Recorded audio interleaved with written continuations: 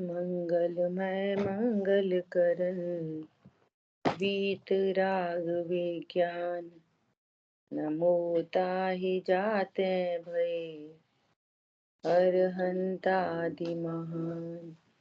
करि मंगल करियो महा, ग्रंथ करन को काज। जाते मिले समाज सब, पावे निज पद राज। नमो अरहंताणं, नमो सिद्धाणं, नमो आयर्याणं, नमो उवचायाणं, नमो लोये सवसा पुरम्। मोक्ष मार्ग प्रकाशक जी ग्रंथ 7वां अधिकार।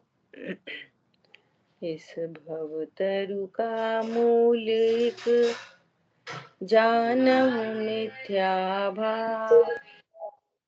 ताको करि निर्मूल अब, करिए मोक्ष उपाय। मोक्ष मार्ग प्रकाशक जी ग्रंथ 7वें अधिकार में हम लोग स्वाध्याय कर रहे हैं। जो जीव जैन हैं, जिन आज्ञा को मानते हैं, स्थूल रूप से व्यवहार धर्म कार्य में प्रवृत्ते हैं, वो भी उनके मिथ्यात्व कैसे रह जाता है, उसकी यहाँ पर चर्चा चल रही है। अपना विषय चल रहा है निश्चयाभासी मिथ्या दृष्टि। जिनागम में जीव को केवल ज्ञान स्वरूप कहा, तो शक्ति अपेक्षा से कहा, और ये पर्याय में भी अपने को केवल ज्ञान मानता है। दूसरी बात, केवल ज्ञान को वज्र पटल आने पर भी वे उसको ढक नहीं सकते। केवल ज्ञान को ये कहता है कि हमारे असंख्यात प्रदेशों में तो केवल ज्ञान है, परंतु कर्म ज्ञान वर्णी कर्म ने ढक दिया है, ऐसा। तो इस तरह से मिथ्या दृष्टि है। तीसरी बात आई कि जिस समय मति ज्ञान आदि हो, उस समय केवल ज्ञान नहीं हो सकता, और जिस समय केवल ज्ञान है उस समय मति ज्ञान नहीं हो सकता। उसके लिए उदाहरण दिया कि पानी में यदि उष्णता है तो उस समय शीतलता नहीं है। जिस समय शीतलता प्रकट है उस समय उष्णता नहीं हो सकती, है ना। तो इस तरह से 3 तरह से अब तक गलतियां बताई। आगे आगे विषय बहुत गंभीर आने वाला है। लोग बरसों बरसों तक स्वाध्याय करते हैं, और राग का क्या स्वरूप है, जिनागम में स्याद्वाद शैली से कैसा कैसा कहा गया है, वो भाव भाषित नहीं होता। तो उसकी यहाँ पर बहुत स्पष्ट चर्चा आएगी। वे ऐसा मानते, ऐसा नहीं करना। अपने में गलती हो तो दूर करना, ठीक है, ऐसा। देखो आगे क्या कह रहे हैं। कर्म का निमित्त मिटने पर सर्वदा केवल ज्ञान हो जाता है। जब तक ज्ञानावणी कर्म विद्यमान है तो केवल ज्ञान नहीं हो सकता। ये कह रहा है कि मेरे को केवल ज्ञान है और ज्ञानावणी कर्म ने ढक रखा है। तो जब तक ज्ञानावणी कर्म का उदय होगा तब तक केवल ज्ञान नहीं हो सकता। कि ज्ञानावणी कर्म का उदय भी रहे और केवल ज्ञान भी रहे। केवल ज्ञान तो छायिक भाव रूप है। जब सर्व ज्ञानावणी कर्म का अभाव होता है तो केवल ज्ञान प्रकट हो जाता है। इतनी बात हुई। क्योंकि ऐसी शक्ति सदा पाई जाती है, व्यक्त होने पर स्वभाव व्यक्त हुआ कहा जाता है। तो पानी का उदाहरण दे दिया, ठीक है। अब देखो, तथा जैसे शीतल स्वभाव के कारण उष्ण जल को शीतल मानकर पानादि करे तो जलना ही होगा। कोई ऐसा करेगा कि देखो पानी का द्रव्य स्वभाव शीतल है, और कल अपन ने अलग से चर्चा की कि पर्याय में भी शीतलपना मौजूद है। लक्षण लक्षण का कभी नाश नहीं होता, ये भी यूनिवर्सल ट्रुथ है। पानी का स्वभाव शीतल है तो पर्याय में भी सहज शीतल स्वभाव विद्यमान रहेगा, लेकिन विशेष पर्यायों में उष्णता है और विशेष पर्याय में शीतलता आएगी। ख्याल में आई बात? तो कह रहे हैं कि कोई द्रव्य स्वभाव से शीतल स्वभाव मानकर गर्म पानी पिए तो जलेगा ही नहीं, वो तो स्वभाव से शीतल है। ख्याल में आई बात? उसी प्रकार केवल ज्ञान स्वभाव के कारण अशुद्ध आत्मा को केवल ज्ञानी मानकर अनुभव करे तो दुखी होगा। ख्याल में आ रही है बात अच्छे से? है ना? ऐसा। अब देखो, मुझे एक अलग से पॉइंट कहना था। क्या कहना था? कि दृष्टांत तो ऐसे ही चलेंगे, इंद्रिय गोचर, कि शीतल जल को, वो उष्ण जल को शीतल मानकर पानादि करे पिए तो जलना होगा। अब आत्मा तो पानी पीता नहीं। अब ये दृष्टांत है, दृष्टांत में ऐसी कहेंगे, और कोई ऐसा दृष्टांत समझकर और फिर मिथ्यात्व का पोषण करे। सही बात है, अगर अपन पानी पिएंगे गर्म तो जल जाएंगे। यहाँ बात चल रही है अपन कौन? अब दृष्टांत है इंद्रिय गोचर। ख्याल में आ रही है बात? कितनी सावधानी से जिनवाणी पढ़नी है। सही बात है, अगर अपन गरम गरम पानी पिए तो जल जाएंगे। पानी का स्वभाव शीतल है द्रव्य स्वभाव से, लेकिन विशेष पर्यायों में तो वो गर्म है, और गर्म पर्याय को द्रव्य से मैचअप करो और द्रव्य को पर्याय से, तो गलती होएगी। पर्याय जैसी है वैसी पर्याय मानो, द्रव्य जैसा है वैसा द्रव्य मानो। तो अपने को तो तू फिर पीने वाला समझने लग गया, द्रव्य को द्रव्य मानो। अच्छा, और गर्म पानी पी लिया, मान लिया, तो कौन जलेगा? मैं तो नहीं जलूंगा। तो जीव तो जल जाएगी ना। तो मैं जीव कहाँ हूं? मैं तो जीव हूँ। तो जल जाएगी जीव तो दुख नहीं होएगा? जीव जल जाएगी तो दुख नहीं होएगा?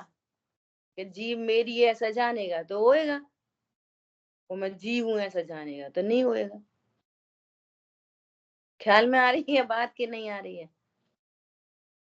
जिनवाणी कितनी सावधानी से पढ़ना, जो बात जिस एंगल से कही जा रही है उसको उतनी ही मानकर मिथ्यात्व मत का पोषण मत करना, उतनी ही मान लेना जितने प्रयोजन की सिद्धि कर लेना।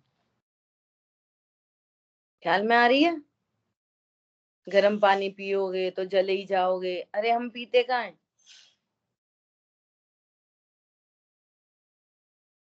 जलेंगे कि नहीं जलेंगे? अब मूर्ति का आत्मा पानी से जल जाएगी? नहीं, जीव तो जल जाएगी।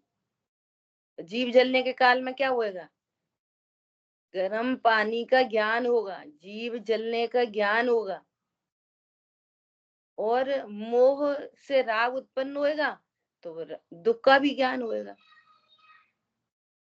ज्ञान होगा मुझे।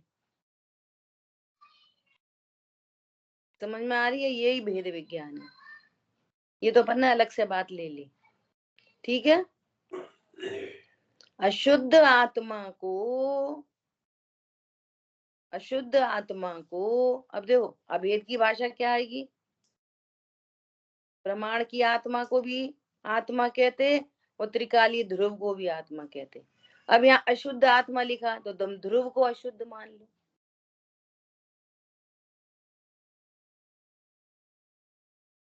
ख्याल में आ रही बात? अब ये अशुद्ध निश्चय न का कथन है, अपन ने पढ़ लिए ना। अशुद्ध पर्याय से अभेद करके ध्रुव को अशुद्ध कहना अशुद्ध निश्चय न का कथन है। ये अशुद्ध निश्चय है। उस अशुद्ध पर्याय से अभेद करके कह रहे हैं अशुद्ध आत्मा को स्वरूप कैसा है कि त्रिकाली ध्रुव अनादि अनंत शुद्ध है और पर्याय में अशुद्धता है। तो अनादि अनंत शुद्धता को स्वीकार करो और पर्याय की अशुद्धता को स्वीकार करो, तो गलती नहीं होगी। अब तुम द्रव्य शुद्ध है तो पर्याय शुद्ध मानो, तो पर्याय अशुद्ध है तो पूरे द्रव्य को शुद्ध मानो, अशुद्ध मानो। दो तरफ की गलती है। क्या कहा? पर्याय अशुद्ध है तो अशुद्ध आत्मा कहा तो पूरे द्रव्य को अशुद्ध माना, तो मिथ्या दृष्टि। ख्याल में आई बात? और द्रव्य शुद्ध है तो पर्याय को शुद्ध मानो, तो मिथ्या दृष्टि। जहां जैसा है वैसा स्वीकार करो। द्रव्य में शुद्धता है तो द्रव्य को शुद्ध जानो, पर्याय में अशुद्धता है तो पर्याय को अशुद्ध मानो।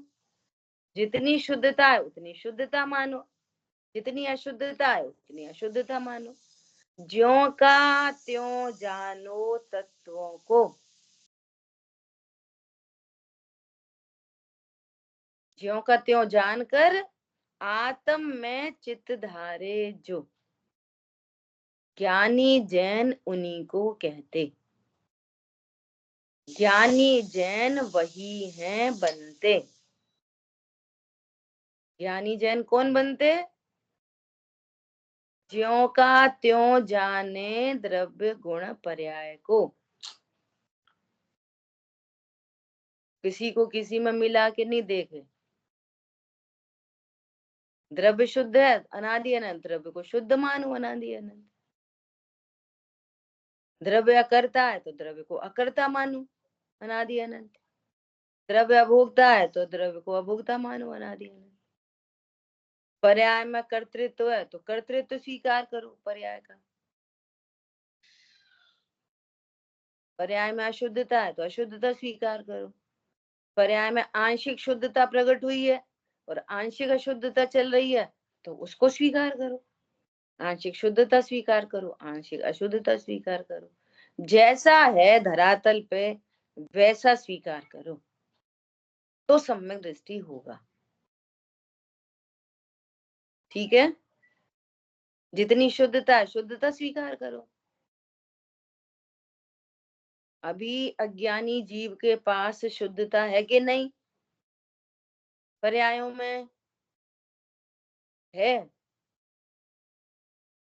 अभी अज्ञानी मिथ्या दृष्टि जीव के पास पर्याय में द्रव्य स्वभाव से तो सभी शुद्ध है, पर्याय में शुद्धता है कि नहीं? कि है। देखो अस्तित्व गुण की शुद्धता चल रही है पर्याय में। यदि अस्तित्व गुण में अशुद्धता चले तो एग्जिस्टेंस नहीं रह सकेगा। अस्तित्व गुण किसे कहते हैं? जो वस्तु के एग्जिस्टेंस को कायम रखे। और यदि कायम नहीं रखे, अशुद्ध हो जाए अस्तित्व गुण की पर्याय, तो वो उसके एग्जिस्टेंस को कायम नहीं रख पाएगा, वस्तु खराब हो जाएगी। अस्तित्व गुण की पर्याय कैसी है? शुद्ध। वस्तुत्व गुण की पर्याय कैसी है? शुद्ध। प्रयोजन भूत जिस शक्ति के कारण, जिस गुण के कारण द्रव्य अपना प्रयोजन भूत कार्य करता है, तो प्रयोजन भूत कार्य हो रहा है कि नहीं हो रहा? मानो या मत मानो, द्रव्यत्व गुण की पर्याय शुद्ध हो रही कि नहीं हो रही? अगुरु लघुत्व गुण की पर्याय शुद्ध है कि नहीं? द्रव्य कभी गुण नहीं होता, गुण कभी पर्याय नहीं होती, पर्याय कभी गुण नहीं होता, गुण कभी द्रव्य नहीं होता। अनंत गुण बिखर कर अलग अलग नहीं हो जाते। बोलो, अगुरु लघुत्व गुण की पर्याय कैसी हो रही है? प्रति समय शुद्ध। ख्याल में आई बात? त्याग उपादान शून्य तो शक्ति शुद्ध है कि अशुद्ध? जीवत्व शक्ति शुद्ध है कि अशुद्ध? कुछ गुणों में अशुद्धता है, और खास तौर से बात करें तो ज्ञान, श्रद्धा, चारित्र, वीर, सुख शक्ति की अशुद्ध परिणमन, दुख रूप। समझ में आ रही है बात? ऐसा सर्वथा शुद्ध नहीं है, शुद्ध अशुद्ध पर्यायों का पिंड है द्रव्य। तो जितनी शुद्धता है उतनी शुद्धता स्वीकार करो। फिर मोक्ष मार्ग प्रकट हुआ तो वो एक्स्ट्रा ऑर्डिनरी मोक्ष मार्ग की शुद्धता है। वो जो ऐसा बोला जाता है ना, अरे मिथ्या दृष्टि की पर्याय तो अशुद्ध है, तो मोक्ष मार्ग के एंगल से कहा जाता है। रत्नतनी प्रकट हुए ना तो अशुद्ध है, वो एंगल ये है। लेकिन वस्तु स्वरूप से देखेंगे तो अनंत गुणों की पर्याय शुद्ध है, थोड़ी सी अशुद्ध है, कोई 27-28 ऐसा विद्वानों ने बताया है, 23 है कि 27 है ऐसा कुछ, और अनंत शुद्ध है। कितनी शुद्ध है? अनंत शुद्ध है पर्याय। अब बोलो द्रव्य कितना अशुद्ध है? विचार करो, कितनी गंभीर बात है। जैसा तैसा स्वीकार करे तो ज्ञानी बनता है। कितने लोगों को तो भैया हम पूजा करते हैं, पाठ करते हैं, हम तो रोज स्वाध्याय करते हैं, हमारा कोई प्रयोजन ही नहीं है। शुद्ध होएंगी तो ठीक है, अशुद्ध होएंगी तो ठीक है, अपने को क्या कर लेना देना। ठीक है, ऐसा विचार करना। इस प्रकार देखो, और एक बात कि द्रव्य स्वभाव से सारे जीव शुद्ध हैं, लेकिन जब पर्याय में शुद्धता होती है, अब जब ऐसा बोली जाएगा ना पर्याय में शुद्धता, तो मोक्ष मार्ग के एंगल से शुद्धता बोली जाएगी। वे तो सभी उन सारे जीवों की पर्याय भी शुद्ध है जो अनंत बता दी है ना। तो जो पर्याय में शुद्धता होती है, सुख तभी होता है।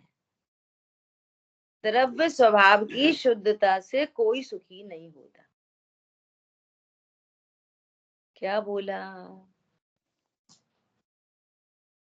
जो पर्याय अपने को द्रव्य स्वीकार करे और शुद्ध स्वीकार करे, अपने को देह रूप स्वीकार नहीं करे, तो शुद्ध तो आनंद प्रकट होता है। ख्याल में आ रही है बात? द्रव्य शुद्ध होने से आनंद नहीं होता, ज्ञान स्वीकार करे तो आनंद प्रकट होता है। और पूज्यता भी द्रव्य की शुद्धता से पूज्यपना भी नहीं होता, पूज्यपना पर्याय की शुद्धता से होता है। जितनी पर्याय की शुद्धता बढ़ती जाएगी उतना पूज्यपना आएगा। चौथा गुण स्थान वर्ती चरित्र मोह बस लेश न संयम पै सुरनाथ जजै। उसने अपूर्व कार्य किया, अनंत अनंत जीव राशि में से किसी ने सम्यक दर्शन प्राप्त किया तो स्वर्ग के देव भी उसको नमस्कार करते हैं। ये जिन हो गया, उसको जिन संज्ञा दी है, जिन हो गया। पर्याय में शुद्धता की वृद्धि हुई, पांचवा गुण स्थान वर्ती हुआ, अणुवृत्ति हो गया, वीतरागता के अंश और बढ़ने लगे तो आर्य का एलक छुल्लक हो गए। समझ आई बात? और वृद्धि हुई तो पंच परमेष्ठी भगवान के अंदर आ गए। क्या बोला? पर्याय की शुद्धता में और वृद्धि हुई, वीतरागता की वृद्धि हुई तो पंच परमेष्ठी में उनका नाम आ गया आचार्य उपाध्याय साधु। और पूर्ण वीतरागी हुए तो केवल ज्ञानी परमात्मा, और अघाती का भी अभाव हो गया तो सिद्ध परमात्मा। तो भेद विज्ञान होता है द्रव्य की शुद्धता से, और पूज्यता आती है पर्याय की शुद्धता से। और सभी जीव शुद्ध है, तो कॉकरोच को रख के पूजा करो उसकी, कॉकरोच की, ये भी जीव है, वो भी तो जीव है। लोग बहुत मिसिंग करते हैं ऐसे, पता है, बहुत ऐसी मिसिंग करते हैं। एक तरफ सब जीव है, फिर भी पर्याय का ज्ञान किया जाता है। अभी त्रियंच और मनुष्य के बीच में देखेंगे, प्रायोरिटी रखेंगे, तो किसकी प्रायोरिटी बड़ी है, मनुष्य की, त्रियंच की? मनुष्य प्रायोरिटी पर लिया जाएगा। अब वो भी तो जीव है, वो भी तो जीव है, एक ही थाली में खाना खाया करो, त्रियंच और मनुष्य,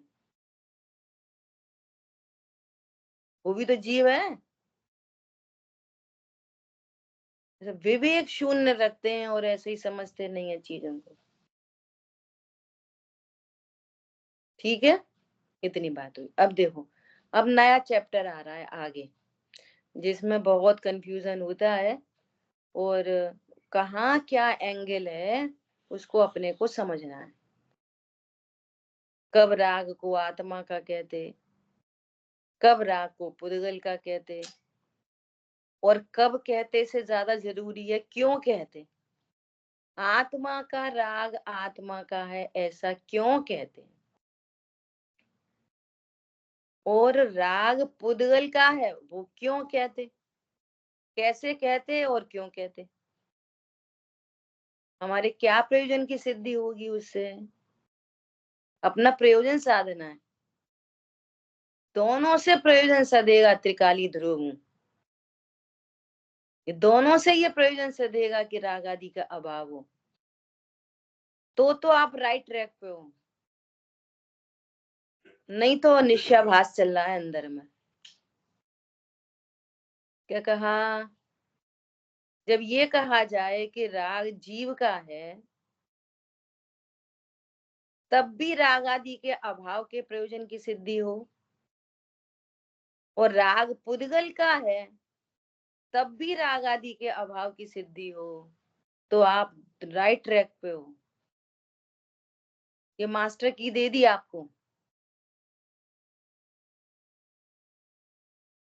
और प्रमाद का पोषण करे, वस्तु स्वरूप की पहचान नहीं करे, कभी कुछ कहे, तो निश्चयाभास चलता है अंदर और बोलता रहता है मैं ज्ञायक हूँ। ख्याल में आई बात, ये सावधानी रखना आगे, अब थोड़ा और अच्छे उपयोग से समझना पड़ेगा, है ना। इस प्रकार जो आत्मा का केवल ज्ञान आदि रूप अनुभव करते हैं वे मिथ्या दृष्टि है। ये चैप्टर क्लोज, अब नया चैप्टर शुरू हो रहा है। ठीक है, तथा रागादि भाव अपने को प्रत्यक्ष होने पर भी भ्रम से आत्मा को रागादि रहित मानते हैं। समझ के नहीं मानते, समझ के मानो सही है, भ्रम से मानते हैं। ठीक है, सो पूछते हैं कि ये राग आदि तो होते दिखाई देते हैं, ये किस द्रव्य के अस्तित्व में है, ये जो राग आदि होते दिखाई दे रहे हैं वे किस द्रव्य के अस्तित्व में हो रहे हैं, कहाँ पे होते हैं राग आदि। बिल्कुल लेमैन से सुनना चर्चा को, पहले से जो आता आता है सुन रखा है उसको साइड करके सुनना, ऐसा सुनना हम पहली बार सुन रहे हैं। मिक्स मैच करोगे तो अभी भी समझ में नहीं आएगी। कई बार ऐसा होता, हमारे साथ ऐसा होता था कि भैया पढ़ाते थे, वे पढ़ा रहे हैं कुछ, हाँ वो ऐसा भी है, हाँ ऐसा भी है, ऐसा, और अपने ज्ञान में चल रहा है कुछ का कुछ, तो जो बात चल रही है वो मिस हो जाती है, उसका वेटेज मिस हो जाता है ना। तो वो पहली चर्चा सब भूल के सुनना। अब देखो, ये राग आदि होते तो दिखाई देते हैं, ये किस द्रव्य के अस्तित्व में है, यदि शरीर या कर्म रूप पुद्गल के अस्तित्व में हो तो ये भाव अचेतन या मूर्तिक होंगे। ठीक है, राग आदि भाव किसके अस्तित्व में होते हैं? ठीक है, परंतु ये राग आदि तो प्रत्यक्ष चेतना सहित अमूर्तिक भाव भासित होते हैं, इसलिए ये भाव आत्मा के ही हैं, के ही हैं निश्चय से। राग आदि भाव निश्चय से किसके हैं? निश्चय से आत्मा के हैं, निश्चय से। क्यों? अब यहाँ क्या हेतु लगाएंगे? जिसकी पर्याय में हो रहे हैं वे उसी के हैं निश्चय से। अब आत्मा के अस्तित्व में मतलब फिर वही, आत्मा मतलब ध्रुव नहीं, आत्मा मतलब प्रमाण की आत्मा। इतनी सावधानी रखनी पड़ेगी। अच्छा, अब वहां पे लिखा है, गलतियां कैसे होती हैं पता? वहां पे लिखा है आत्मा के अस्तित्व में, तो हाँ, ठीक है, होंगे भैया आत्मा के। अब जिनवाणी में तो लिखा है आत्मा के अस्तित्व, अब वहां पे वो सेटिंग नहीं बना पा रहा। आत्मा मतलब ध्रुव और ध्रुव के अस्तित्व में नहीं। अच्छा हाँ, व्यवहार ने से लिखा है, हाँ हाँ हाँ, अब व्यवहार ने से नहीं लिखा, ये निश्चय ने की बात है। द्रव्य गुण पर्यायमयी वस्तु है ना, तो आत्मा के अस्तित्व में है, जो जिसकी पर्याय होती है उसको उसी का कहना निश्चय है। लिख लो निश्चय की परिभाषा एक और, एक जगह कलेक्ट कर लेना ये निश्चय व्यवहार के पॉइंट्स, अलग अलग जगह आ रहे हैं ना, जब जब जैसी जरूरत पड़े। जो जिसकी पर्याय है उसको उसी की पर्याय कहना ये निश्चय है, तो ये निश्चय न का कथन है। कल मुझे इस बात पे बहुत सारे विचार आए। देखो, गाड़ी ड्राइव करते हैं है ना, गाड़ी ड्राइव करने के समय रोड कितनी बार ऐसी दिखती है ना, एकदम गीली गीली है रोड, ऐसा दिखती है। तो रोड गीली गीली दिख रही है, आंखों से दिख रही है, और ज्ञान उसी समय क्या कह रहा है? गीली नहीं है। या जैसे वहां तक जाएंगे तो यहाँ तो कुछ गीला नहीं है, फिर आगे की रोड दिख रही है, तो अच्छा वो गीली नहीं है, ऐसे दिख रही है। तो एक तो इंद्रिय से ज्ञान हो रहा है। अज्ञानी को अतीन्द्रिय ज्ञान होता है कि नहीं होता? होता है। अब ये रोड गीली दिखने के समय ये कैसे पता चल रहा है ये गीली नहीं है? किससे पता चल रहा है? अतीन्द्रिय ज्ञान से। ख्याल में आ रही है बात? तो ये एक चीज हम देख रहे हैं आंख से, और उसी समय दूसरी चीज पता चल रही है कि गीली नहीं है। तो ये जो गीली नहीं है, ये जो पता चल रहा है, ये किसके अस्तित्व से पता चल रहा है? शरीर में ऐसा कौन सा अंग है जो ये बता रहा है कि गीली नहीं है? ये शरीर के अस्तित्व में है कि कोई भिन्न वस्तु है? पॉइंट पकड़ में आया? बोलो।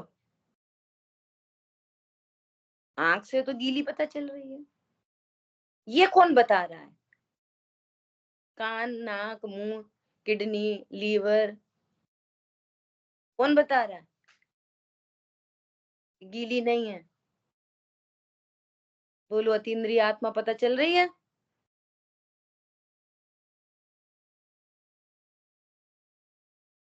उड़ रहा है, हवाई जहाज उड़ रहा है, बस लाइट दिख रही है टिम टिम टिम टिम रात में।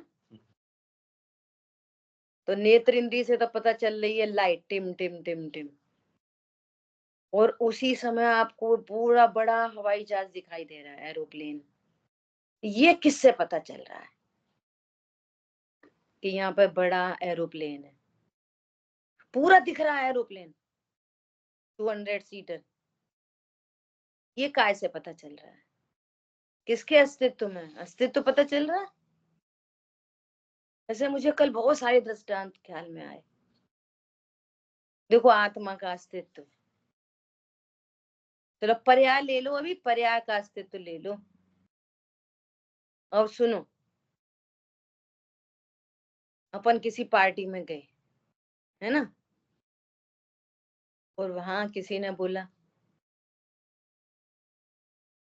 आपका नेकलेस कितने का है ये? ऐसा किसी ने पूछ लिया,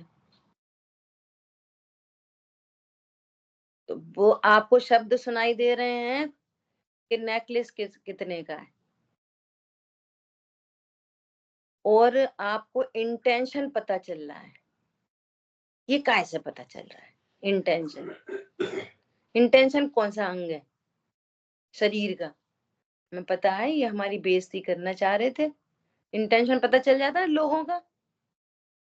इनको पूछना थोड़ी था कि कितने का है, 4 लोगों के बीच में ये बताना था। हम थोड़ी कोई डायमंड खरीद सकते। हमें पता चल गया उनका इंटेंशन। ये इंटेंशन कहाँ से पता चला? ये कौन से द्रव्य के अस्तित्व में इंटेंशन?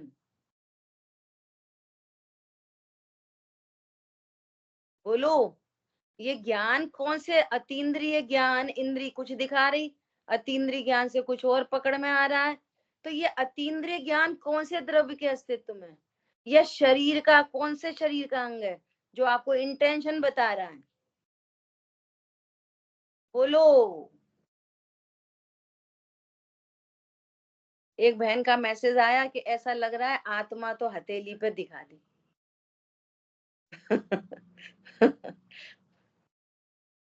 बोलो।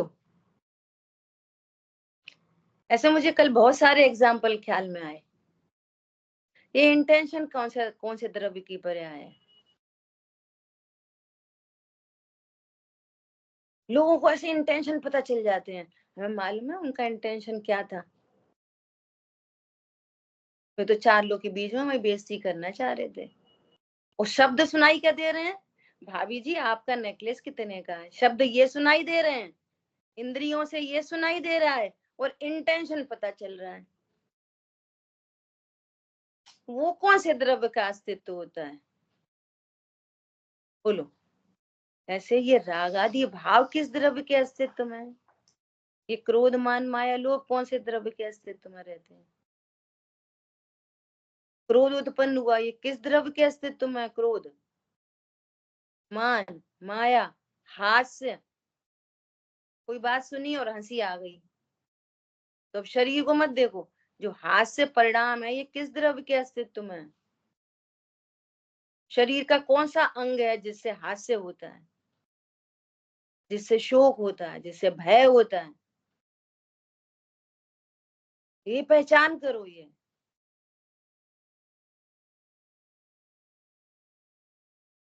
ठीक है। अब देखो, एक बहुत इंपॉर्टेंट बात कही है, बहुत ही इंपॉर्टेंट। ये जो रागा दिक, ये दिक लगा ना, दिक में लगा लेना ज्ञान श्रद्धा चारित्र। अकेला राग नहीं बोला ना, इसलिए अपन ने ज्ञान की बात भी करी, श्रद्धा की बात भी करी, और चारित्र की भी। वो ऐसे लगा देते हैं, वो उसमें क्या नाम है, खेतों में क्या बोलते हैं उसको, ऐसे ऐसा बना, घास का सा बना कर लगा देते हैं, है ना। तो देखते से कैसा लगता है? अरे कोई आदमी खड़ा है,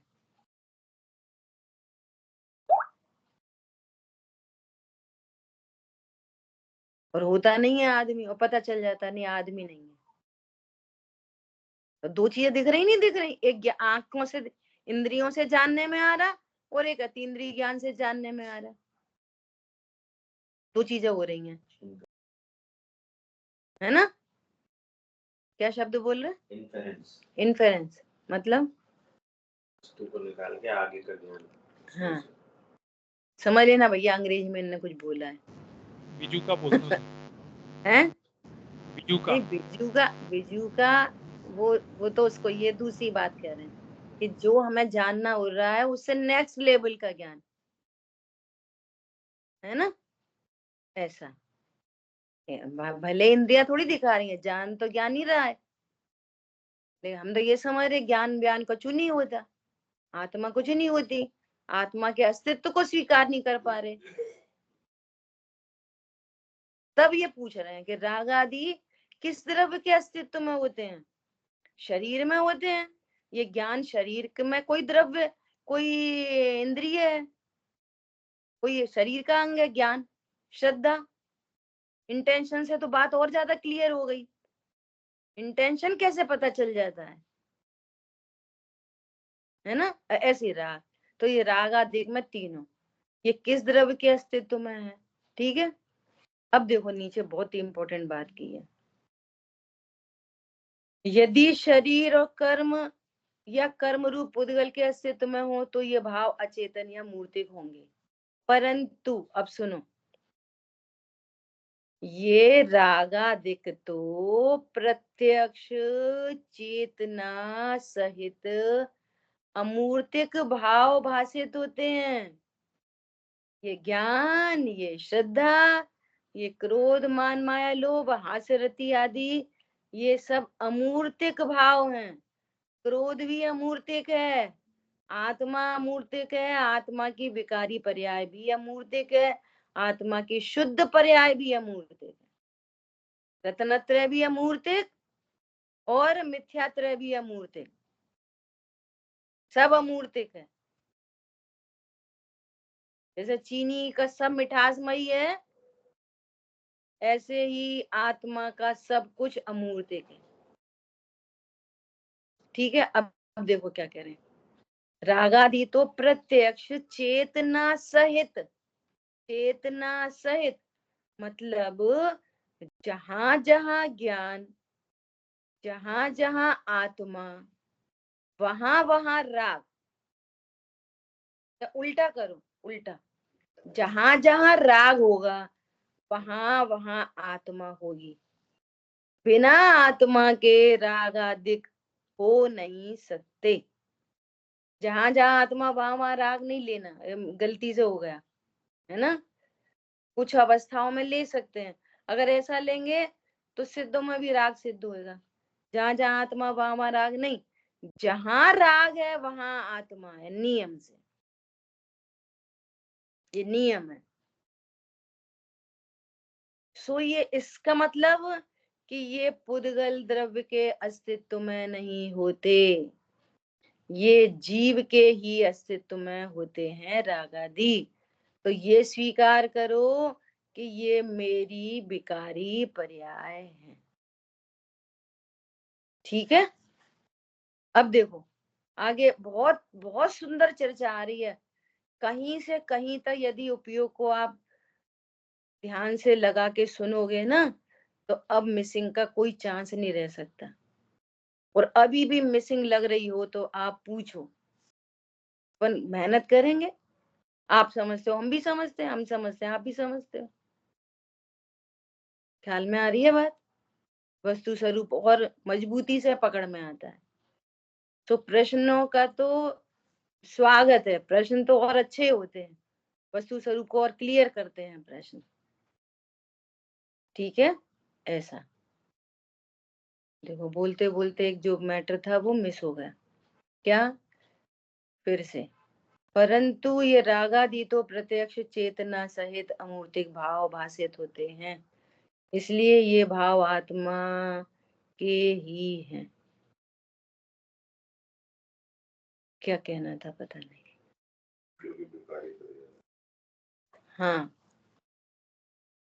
ये राग आदि आत्मा की विकारी पर्याय है। वो आएगा तब आएगा। ठीक है, इतनी बात हुई। अभी देखो आगे समय साजी का कलश कहा है। ठीक है, पर कलश नहीं पढ़ रहे, सीधा सीधा अर्थ देख रहे। इसका अर्थ यह है कि रागादि रूप भाव कर्म है। हाँ, यही कहना था देखो क्या कहना था, इससे पहले अपन क्लियर करें फिर इसको पढ़ेंगे कि जब ये वाली बात की सिद्धि हो गई ज्ञान में कि रागादि भाव जीव के अस्तित्व में है और जीव की विकारी पर्याय, जीव के अस्तित्व में है और जीव की विकारी पर्याय, ये पूरी चर्चा उसको चल रही है जिसने पहले से द्रव्य गुण पर्याय सीख रखा है। जो जैन हैं, जिन आज्ञा मानते हैं और मिथ्या दृष्टि है उनकी, जिन आज्ञा मानते हैं मतलब पूजा पाठ स्वाध्याय करते हैं, जिनको द्रव्य गुण पर्याय कंसेप्ट जिन्होंने पढ़ा हुआ है, ठीक है। तो द्रव्य है ज्ञान स्वरूपी और पर्याय में है अज्ञान, द्रव्य है सुख स्वरूपी और पर्याय में है दुख। तो इस अज्ञान और दुख को क्या बोलेंगे, विकारी पर्याय। द्रव्य से जो ओपोजिट पर्याय होती है वो विकारी होती है। ये नियम है, ये शाश्वत नियम है, ये सब के सब। और उसमें पर द्रव्य निमित्त जरूर होता है, ये नियम है, ठीक है। इसी तरह जैसे अपन ने स्फटिक मणि का एग्जांपल लिया था ना, कि स्फटिक मणि स्वभाव से ट्रांसपेरेंट है और दिख रही है हरी नीली पीली, तो ये क्या है, ये उसका विकारी परिणमन है। वो स्फटिक मणि परिणमित हो रही है इस रूप से, और उसमें कलरफुल पन्नी वो उसका निमित्त पड़ रही है, ऐसा, ठीक है। एक बात हो गई। अब देखो, ये रागादि भाव जीव के अस्तित्व में है, इससे ये सिद्ध हो रहा है कि ये जीव का उपादान है, जीव की पर्याय है, और जो उपादान होता है वो पर के द्वारा नहीं किया जाता, ये नक्की करना। पर द्रव्य नो कर्म, द्रव्य कर्म निमित्त हो सकते हैं, लेकिन उन दोनों के बीच में अत्यंत अभाव की दीवार है। क्या बोला, समझ में आ रही है बात? कैसी दीवार है? कर्म और नो कर्म के बीच में और जीव के बीच में कैसी दीवार है? वज्र की दीवार। अब इसको अत्यंत अभाव को साथ में रख के, निमित्त नैमित्तिक संबंध को साथ में रख के अब आगे की चर्चा सुनना। जीव के अस्तित्व में है नंबर 1,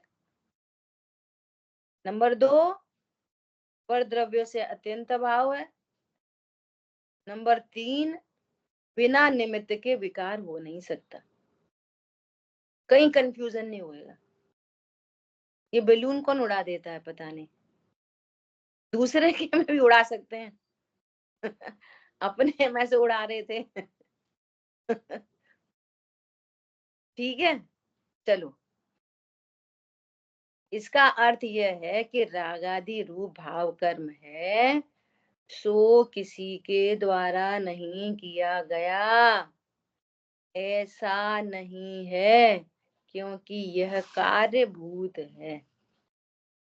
तुम बोलो हम तो त्रिकाली ध्रुव हैं, हम तो करते नहीं, हम तो करते नहीं। वो कर्म का अत्यंत अभाव है सो कर्म भी नहीं करता, और नो कर्म है सो प्रत्यक्ष बहुत भिन्न है, प्रदेश की भी भिन्नता है नो कर्म में। तो कर्म का तो एक क्षेत्रवाक संबंध है ना, तो वो भी नहीं करता। तो यदि कोई कार्य प्रकट हुआ है तो उसका कारण होना चाहिए कि नहीं होना चाहिए? कोई नहीं करता और राग हो गया, कोई नहीं कर्म करता है कि नहीं, नो कर्म के नहीं, और जीव के नहीं, फिर ये राग किधर से हो गया? आ रही बात समझ में? देखो कितने, बहुत गंभीर चर्चा है, बहुत गंभीर। दादा बोलते थे कि एक बहुत बड़े विद्वान थे, पूरा जीवन हो गया उनको, और वो इस बात को नहीं समझ पाए कि राग आदि किसके हैं। बड़े विद्वान कोई दादा कहते थे ये वाली बात, प्रवचनों में सुना है मैंने। ठीक है, यदि कोई कार्य हुआ है, चोरी हुई, तो कोई ने तो की है, ये कोई ने नहीं की, चोरी हो गई, कोई ने नहीं की, वो हो गई भवितव्य अधीन। किसने की कि पता नहीं। है ना। देखो अब सुनो, तथा जीव और कर्म प्रकृति इन दोनों का भी कर्तव्य नहीं, जीव और कर्म प्रकृति इन दोनों का भी कर्तव्य नहीं नहीं है, क्योंकि ऐसा हो तो अचेतन कर्म प्रकृति को भी भाव कर्म का फल सुख दुख भोगना होगा, सो यह असंभव है। क्या कुछ सेंटेंस समझ में नहीं आया? तथा जीव और कर्म प्रकृति इन दोनों का भी कर्तव्य नहीं, इन दोनों का भी कर्तव्य नहीं है, क्योंकि ऐसा हो तो अचेतन कर्म प्रकृति को भी उस भाव कर्म का फल सुख दुख भोगना होगा, सो यह संभव नहीं। नहीं, दोनों का कर्तव्य है, नहीं के बदले कर आप लोग की जिनवाणी में क्या लिखा है? इधर देखो, सेंटेंस पढ़ना, ये क्या लिखा है? यही लिखा हुआ है। वो कह रहे हैं कि जीव और कर्म दोनों मिलके नहीं करते, भाई दोनों का कर्तव्य नहीं है ये। हाँ, लिखा यही हुआ है कि कर्तव्य नहीं है कि भाई दोनों मिलके नहीं बिल्कुल करते। बिल्कुल बिल्कुल बिल्कुल, है ना। सही, सही, एकदम सही। क्या बोल रहे हैं कि अगर इन दोनों ने मिलकर किया है ना, तो फिर दोनों मिलके फल भोगेंगे। कोई कार्य को दो द्रव्य मिलके करेंगे तो उसका फल भी फिर दोनों ही भोगेंगे, है ना। सो तो संभव नहीं, वो अचेतन कैसे भोगेगा फल को? अचेतन तो फल भोगता नहीं, एक बात। दूसरी बात, कर्ता कर्म अधिकार में लिखा है कि दो द्रव्य मिलकर एक क्रिया करें तो वो जिन मत के बाहर है, वो सर्व के शासन के बाहर है वो, ऐसा। तो दो द्रव्य मिलकर कोई एक क्रिया करें, या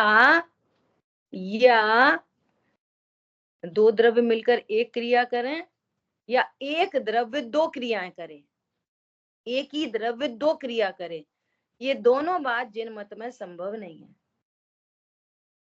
ठीक है, तो एक वाली बात हो। अब सुनो, तथा अकेली कर्म प्रकृति का भी यह कर्तव्य नहीं, क्योंकि उसके अचेतनपना प्रकट है।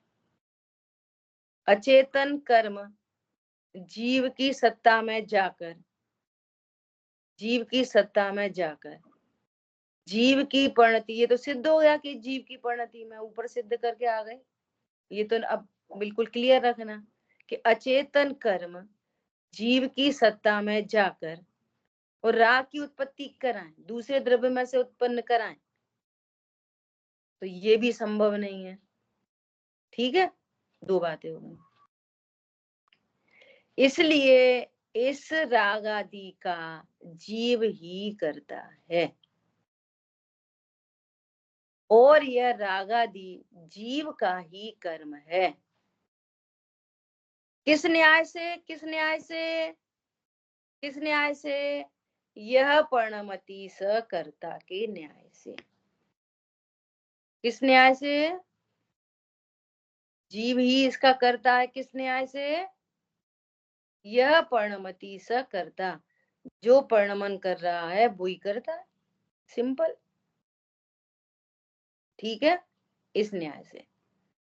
इसलिए इस रागादि का जीव ही करता है और रागादि जीव का ही कर्म है, क्योंकि भाव कर्म तो चेतना का अनुसारी है। भाव कर्म, जो अपन कहते हैं ना, चारित गुण की तो विकारी पर्याय, चारित गुण की विकारी पर्याय, है ना। तो ये भाव कर्म क्या है? चेतना का अनुसारी है। जहाँ चेतना नहीं हो और भाव कर्म हो जाए, ऐसा नहीं हो सकता। जहाँ भाव कर्म होगा वहां चेतना अवश्य होगी, आत्मा जरूर होगी, जहाँ भाव कर्म होंगे वहां। ठीक है, ऐसा बिना आत्मा के भाव कर्म नहीं होते, नहीं तो फिर डेड बॉडी को हो जाएंगे भाव कर्म। डेड बॉडी को तो भाव कर्म भय नहीं होता, दुख नहीं होता, और चेतना है नहीं, चेतना नहीं है तो दुख नहीं है, अकेली डेड बॉडी है ना। क्योंकि भाव कर्म तो चेतना का अनुसारी है, चेतना बिना नहीं होता, और पुद्गल ज्ञाता है नहीं, पुद्गल ज्ञाता है, ये सिद्ध करो। देखो, जब तक आपको प्रमाण की सिद्धि नहीं होगी तो आप फिर आपको आभास होंगे निश्चित रूप से, या व्यवहाराभास हो जाएगा, या निश्चयाभास होगा, या अव्ययाभास होगा। ख्याल में आई बात? ऐसा चेतना बिना नहीं होता, और पुद्गल ज्ञाता है नहीं। कह रहे ना, जहाँ ज्ञातापना है वहां रागादिक है, तो पुद्गल में तो ज्ञातापना है नहीं। यदि पुद्गल में ज्ञातापना हो तो राग आदि हो, कर्म में ज्ञातापना हो तो कर्म को मान लेंगे कि हम कर्म में राग होते हैं, या कर्म राग कराता है ना। ऐसा इस प्रकार रागादि भाव जीव के अस्तित्व में है। अब यहीं तक बात नहीं छोड़ेंगे, भेद विज्ञान भी कराएंगे। हम तो पहले ही कह रहे थे कि राग हमको ही होता है, कितना राग होता है हमको, कितना राग होता है, सही में अपन कितने क्रोधी हैं, पापी हैं, कितने पापी हैं, अनादिकाल से कितना पाप किया, पाप किया। आई बात समझ में? वो नहीं सिखा रहे यहाँ पे। अब देखो, इस इतनी बात को समझ के 1 मिनट और लेंगे कि ये बात नक्की हो कि ये राग आदि मेरी परिणति में उत्पन्न हो रहे हैं, और कर्म और नो कर्म राग आदि नहीं कराते, उनमें अत्यंत अभाव है, उनमें मेरे में, है ना। और तो इसको ये पता चल जाएगा, इसका प्रैक्टिकल अप्रोच ये है कि पर द्रव्य के परिणमन से राग नहीं होता, पर दुख भी पर द्रव्य का नहीं होता, दुख भी कर्म का नहीं होता, ये रागादि स्वयं दुख रूप है, ये पता चल जाएगा।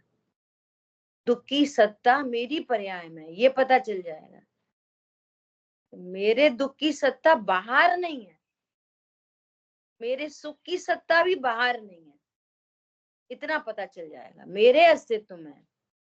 और ये पता चल जाएगा कि जब जब क्रोध मान माया लोभ आदि होते हैं तब तब दुख होता है।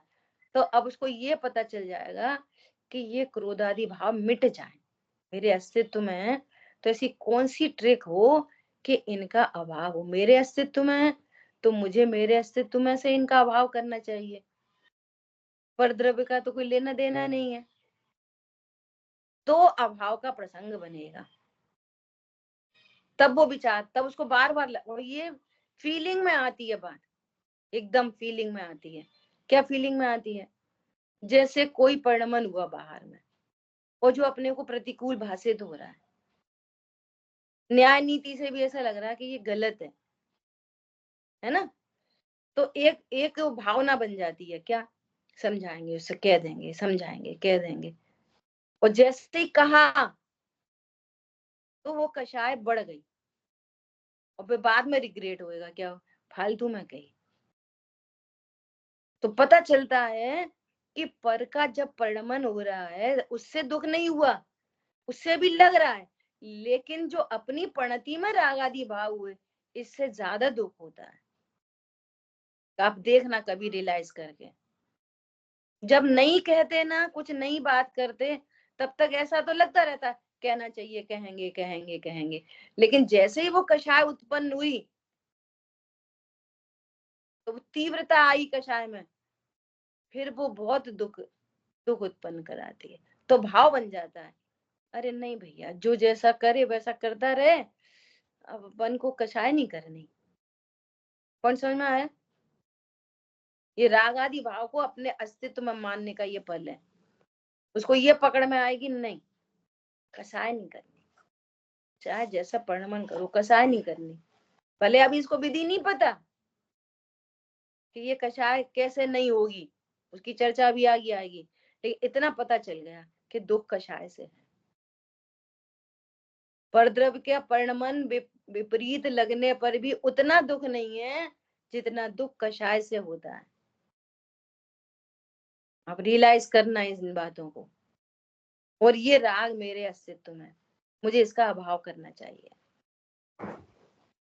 बिल्कुल ठेठ मिथ्या दृष्टि कह देते हैं, सही बात है, अब वो जिसको भैया जो करना है करे, अपन तो नहीं बोलेंगे उनसे, फालतू में बहुत कसाय हो जाती है। मिथ्या दृष्टि जीव इतनी बात कर देते हैं। ख्याल में आ रही है बात? और यहाँ तो सम्यक्त की तैयारी हो रही है। वो विधि क्या है जिससे अपने अस्तित्व का राग मिटे? तो इससे काम नहीं चलेगा। अब भैया अपन तो बोलेंगे नहीं, चुप नहीं रहेंगे, चुप रहेंगे। जिसको भाई जी कहते हैं फॉर्मेट करो, फॉरगेट मत करो। ठीक है। जिन वाणी के ज्ञान से सूझे लोकालो, तो वाणी मस्तक नम सदा दे तुम दो। बोलिए द्वाशांग मई जिनवाणी माता की जय हो। जय जिनेन्द्र सभी को।